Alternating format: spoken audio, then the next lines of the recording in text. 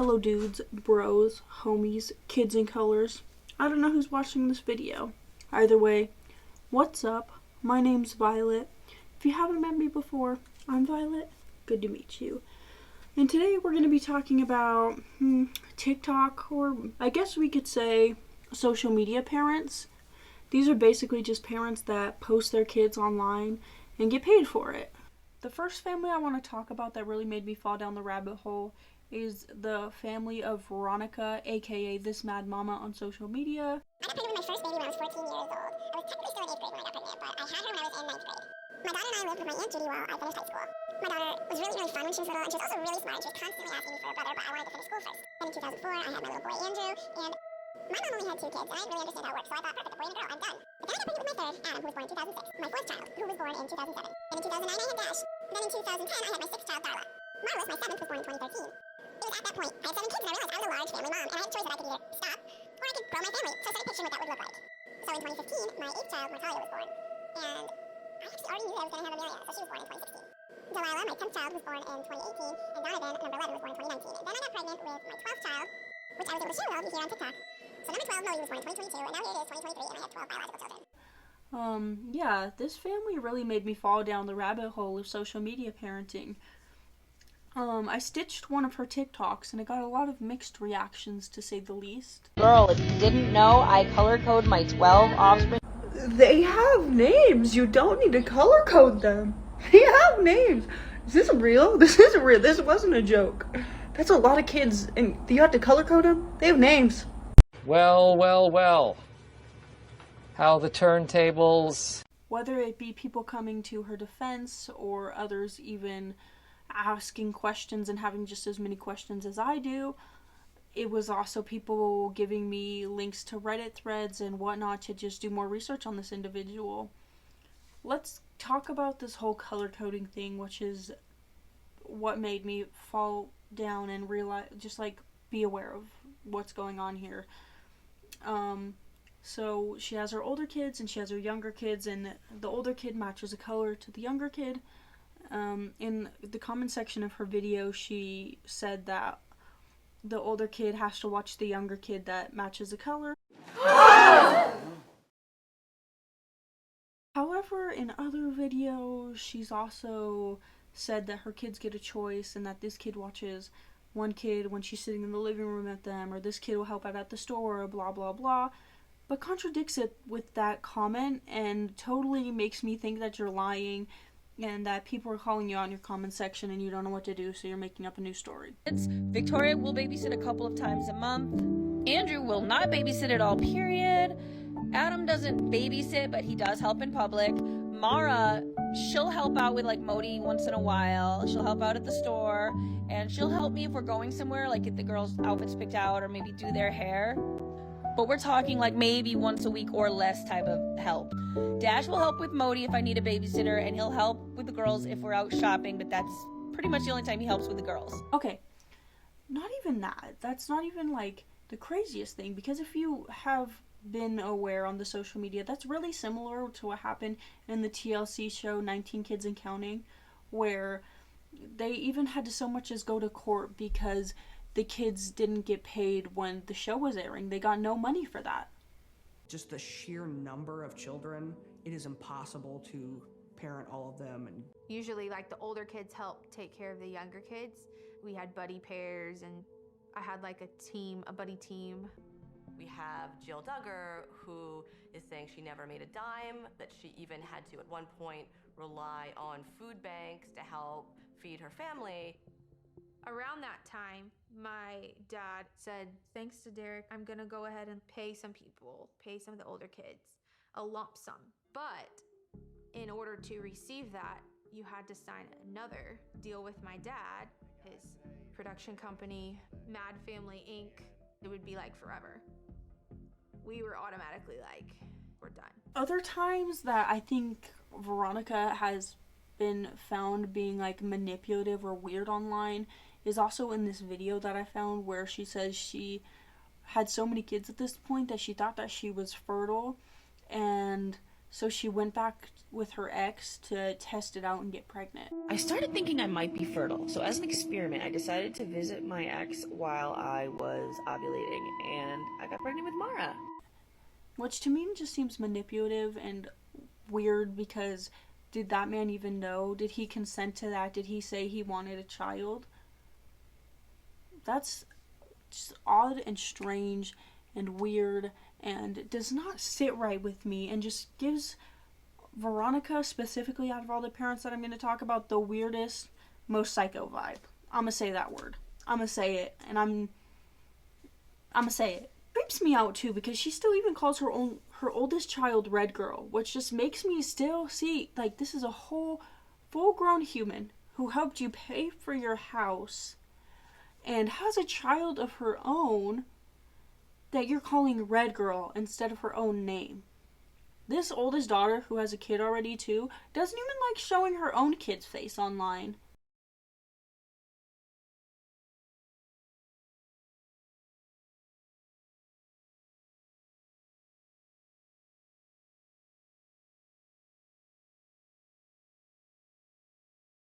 So if your daughter doesn't want to show her own kid's face online, why are you still showing your kids, especially in videos where they clearly seem uncomfortable and like they don't want to be in the video that's being filmed?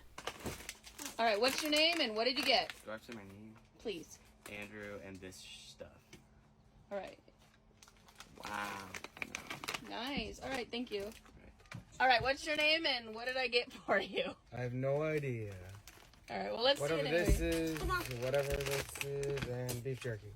All right, awesome. What happened? All right, what's your name and what'd you get? Come on. Mara? All right, let's see what you got. Wow. All right, good, thank you. My name is Marvelous, and I got these things. I got this because Darla said she liked it. Okay. Got this because you like them. Okay. I got these because Darla wanted them, so I'm gonna share with Darla. And I got these to eat. Okay, all right, thank you.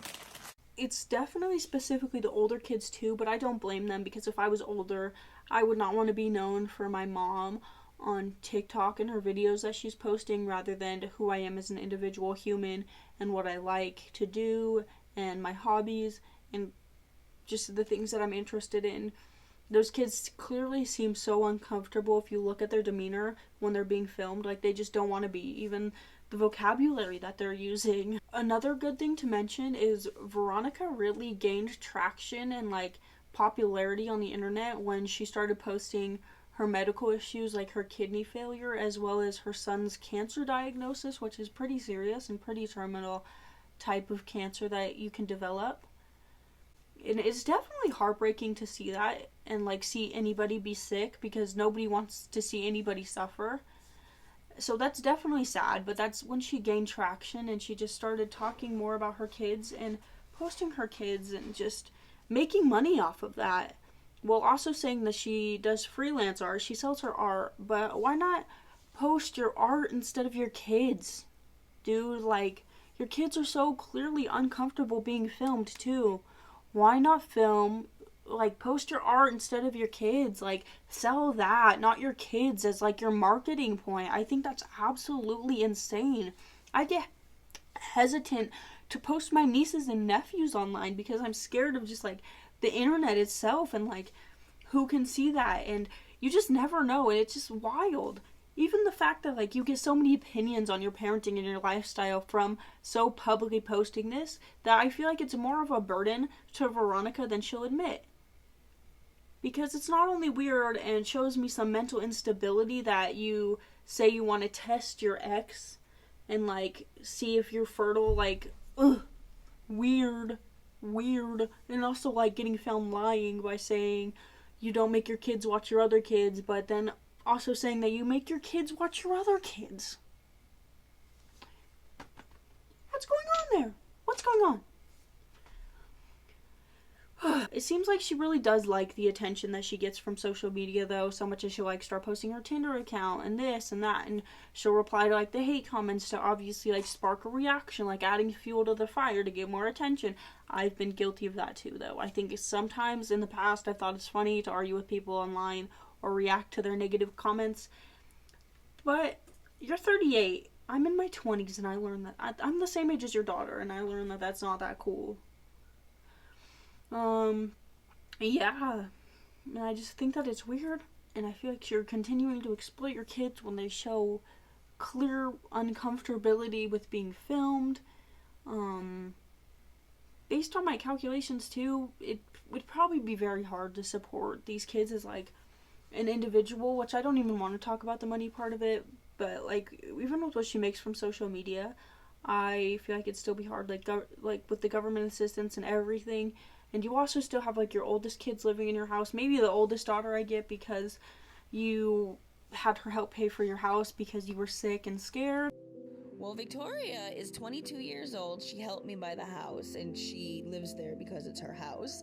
Andrew just turned 18 a couple of months ago and is still technically doing school. And that's the only adult children. But it just seems like that's adding to the cost of like living issues and just like space issues that you keep getting so many comments about on the internet, and the contradictory things by saying your kids don't have to take care of your other kids, but also then again saying that your kids have to take care of your other kids. I'm repeating myself at this point. There's also other times you've been caught being contradicting when you said like CPS came to your house because your kid complained about being hungry at school because their stomach hurt and they got sent to the nurse's office, but then said they wanted to remove your kids from your home because their CD is falling on the floor. But there's also this video of like your little kid playing in what seems like a lot of freaking trash. That's all I really have to say about the This Mad Mama family, about the Mad family. I don't really know how to feel about Veronica. I don't know if I should like pity her or just keep having more curiosity for her. And honestly, that's working for you though, babe, because it's bringing a lot of people attention. Because if I feel like that, I feel like everybody who's watching you feels like that. And I'm so glad that you also have people that support your family too. But I cannot oversee the fact that you say things like you did that to your ex just because you thought you were fertile and you wanted to test it. Alright, let's move past her and let's move into the next social media family that I want to talk about, who also happens to be friends with the Mad family, and they've collabed and made videos together. It's the Dockery, the Dozen? I am not actually sure how to say it. We'll call them the D Dozen. Yeah, we'll call them the D Dozen. I found them while exploring the This Mad Mama account. They have the same amount of kids, but they're older and they have a lot more popularity on social media. The parents of the Dougherty Dozen. I don't think I need to mention that like Veronica's a single mom. I don't think it's that important if you raise your kids alone or together, but this family does have two parents in the picture, and they were older when they did have kids because of their story. We became a family of 14. We are Josh and Alyssa Dougherty. After 9 years of infertility, we decided to adopt from foster care. We adopted Alex when he was 5 years old, and 6 days later, we found out we were pregnant with Zoe. The next year, we adopted James from foster care, and 2 weeks later, we found out we were pregnant with Dash. When they were babies, we were asked to take foster care placement of Jordan and Jason for 5 days, but we ended up adopting the twins. We also gave birth to Bodie Blaze and Harley Quinton. Then we heard about a sibling group in a residential treatment facility being split apart for adoption, so we decided to adopt 3 and promised to keep them together. And last year, we took kinship placement of Deshaun and Nevaeh, and that's how we became the Dougherty Dozen. We can see that they had trouble and they really did want to be parents when they became parents, unlike Veronica, who was definitely younger and I feel like maybe was not ready to be a parent. I think that the mental maturity of when these people had kids and chose to become parents really does affect the way that I see them. And I don't know, like, not the way that I see them in the way that I think that you shouldn't have kids when you're young, because all my siblings are young parents, my parents are young parents. Like, I think that it's pretty like cool and rad and that you could totally make it successful, but like the Dockery family was ready, and they happened to have kids that they felt like were miracles and blessings, and that I feel like they see as individuals. When they do post their kids' faces on their accounts, it's for things like a birthday surprise, and the kids seem like wanting to be in the video. The Dockery Dozen's content is more based on like their mom going shopping and like cleaning the house and making food for them. She's really known for her like making food for my family of 14 videos. I get a very humble vibe from the Dockery family, and I just feel like it's good that Veronica has this around, I believe, because like it's good to have friends who are in the same situation as you and might understand it more than I do. It just seems also like, I don't know, Veronica, you kind of put yourself in that situation, because if you say that about your ex and then now they're not in your life and you seem to be struggling and see people seem to be like giving you so much hell for like this, but not this family really. They have their own controversy and their opinions, but if I had to pick one of these two people, Alicia, I don't know, she says her name very weird, the Dockery mom, the D mom, versus Veronica, to watch my kids, hand down, I would take the D mom any day, because it just gives me more of like a safe and wholesome, like homey, like I want to be raised and like hug me, you're my mom type vibe. I don't know, that's totally could be my opinion, but I just think that her family seems a lot more healthy and like a healthier dynamic and just overall well-rounded general family environment, like happier and obviously not so affected by the online notoriety that is given to them. Very much they don't react to that, like they don't react to the comments, and if they do, it's just like, it's just a different type of reaction when they react to comments or like feedback or opinions that they do get.